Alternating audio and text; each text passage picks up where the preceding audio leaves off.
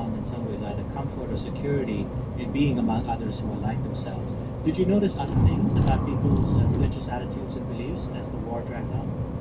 I did notice that people were very passionate about their religious identities, and so that was something that it was always on my mind to watch how these religious communities that otherwise are quite similar in the large scheme of things had very strong identities that divided them. I also saw that people would take refuge in their religious beliefs and practices as a way of shielding themselves from the suffering that was happening around them. I do remember that even though arguably the Civil War was not a religious war, people were not fighting because of theological disputes or anything like that, but religion became implicated very quickly. So you could see a lot of religious symbolism. Militia members would have their crosses on the Christian side, the Muslim symbolism in the other side, and so that made me also think about why is this so important enough that people are using it as a way of identifying with it in opposition to someone who is different from them.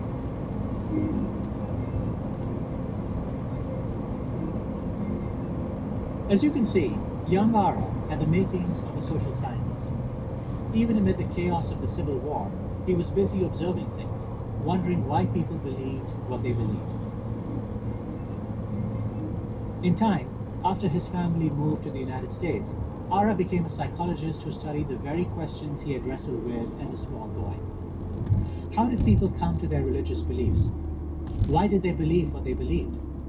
What are the features of the human mind that make possible our immense capacity for faith?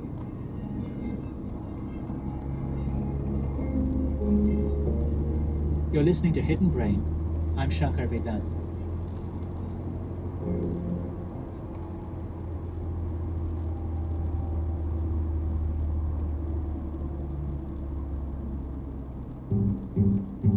Support for Hidden Brain comes from Intuit QuickBooks, an all-in-one business solution that can help with day-to-day tasks like invoicing and expenses. Manage and grow your business all in one place. Intuit QuickBooks, your way to money. Get 90% off for 3 months. Limited time only. Terms and conditions apply. Money movement services are provided by Intuit Payment Inc., licensed as a money transmitter by the New York State Department of Financial Services. Support for Hidden Brain comes from Discover. It's smart to always have a few financial goals. And a really smart one you can set, earning cash back on what you buy every day.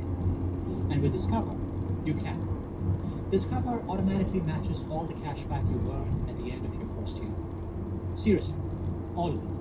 See terms at discover.com/credit card.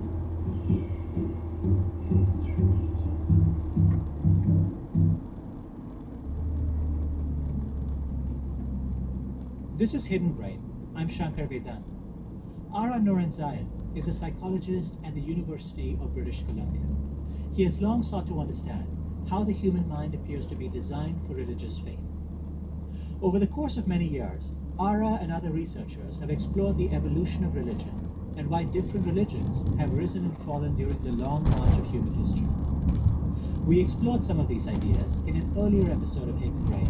It was called Creating God, and it featured one of Ara's collaborators, Azim Sharif. In a different line of research, Ara has also thought deeply about the features of the human mind that make religious belief possible.